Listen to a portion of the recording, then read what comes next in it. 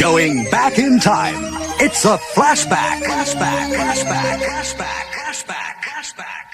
Fun radio. Much more fun.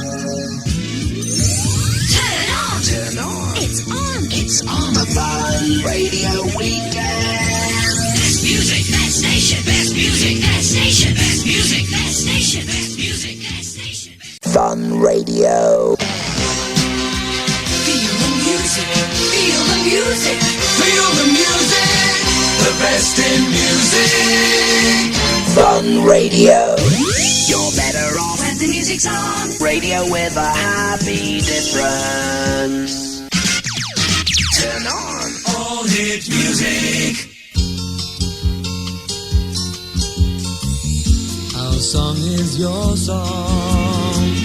Our music is your music. We care about you. Your music and your friends.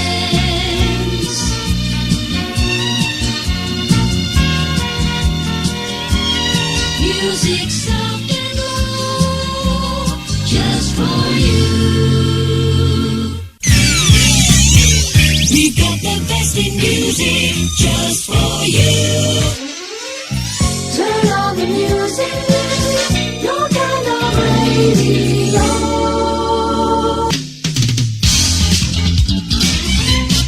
All hit radio. Music radio. Live Aid from London. Live Aid from London. With BBC TV and Radio 1. Live Aid from London. With BBC TV and Radio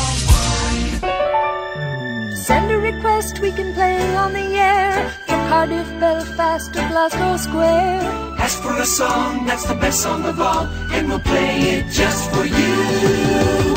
The best sound in Britain. Radio 1. Radio is a global phenomenon. Radio waves travel without regard to national borders. Music is an international language. So it seemed logical for Jam to begin working with broadcasters in other parts of the world. In the mid-70s, commercial radio in the UK was just beginning. But the most influential and respected broadcaster in the country was the BBC. The BBC is the national broadcaster in the UK and used to operate 3 national networks. In 1967 it was decided to operate 4 because we had an outbreak of pirate, that's illegal radio broadcasting from little ships run by Americans tossing around in the North Sea. And that gave the government the notion that there was a demand for all-day popular music broadcasting, which, to be fair, hadn't existed prior to 1967. So the BBC was asked to set up a national rock and pop network, which it did, and it was called Radio 1. That's Johnny Beerling. He began his career with the British Broadcasting Corporation before Radio 1 was even created, and stayed with the network until 1993.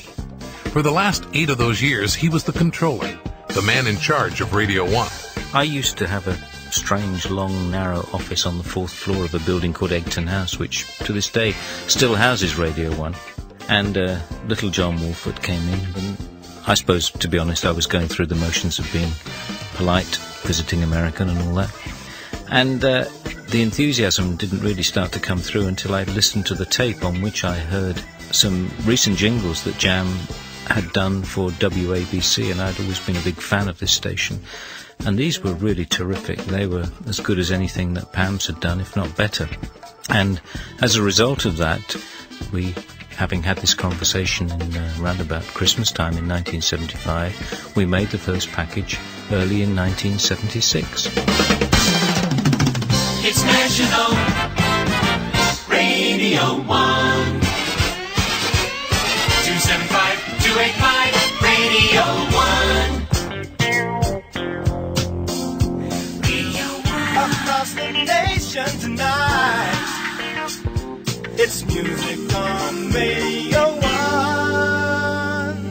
Many people are surprised that a radio station thousands of miles away from the U.S. would have any similarities to American radio. But you have to remember that one of the goals for Radio 1 was to fill the need that was demonstrated by the pirate radio stations. This is Radio Caroline on 199. Radio England, hit bar. You're listening to Radio London on 266. The time is exactly... Radio London, being American-owned, was modelled much on Top 40 radio as it was in America, and I think WABC and Cousin Brucey and disc jockeys like that had an enormous influence on the DJs that worked on those stations and the style of broadcasting. So there was quite a considerable influence from America through the pirate ships on what we were doing at Radio 1. Radio 1. Radio 1. Tony Blackburn. Heavenly Brothers, Poor Journey. Radio 1. The best in the world. 247. It's 9 minutes past 9 o'clock, and here's Boss Skaggs and a little bit of that lowdown. Still one of our chart-bound sounds. Paul Burnett with the brand new Fun 30 at 12 o'clock today. When we introduced that first package from Jam, certainly the DJs like Simon Bates, Tony Blackburn, Kenny Everett, people like that who were around, were enormously impressed because they realised we had a quality product again and something that people were actually glad to play in between their records. Back in the UK, Radio 1. FM stereo, Radio 1. The UK's favourite. Radio 1. Disco Saturday night. Naturally, the sound of the Jingles has changed to keep up with the times. I think one of the amazing things is how the Jingles have developed over the years.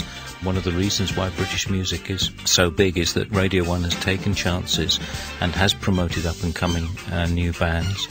But it also has meant that we required a style of jingle which was not available here in America, so we had to do new things of our own, because we've always tried to make our jingles reflect the style of music that's currently popular. 97 to 99. 1 FM, the station for the nation. BBC Radio 1. Radio 1 is only half of the story. There was more work to do for the BBC.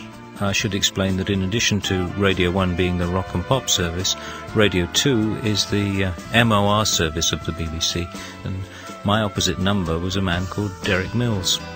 So I called Derek and gave him an introduction to John Wolford, and that was the start of that relationship. Two's company for you on BBC Radio 2.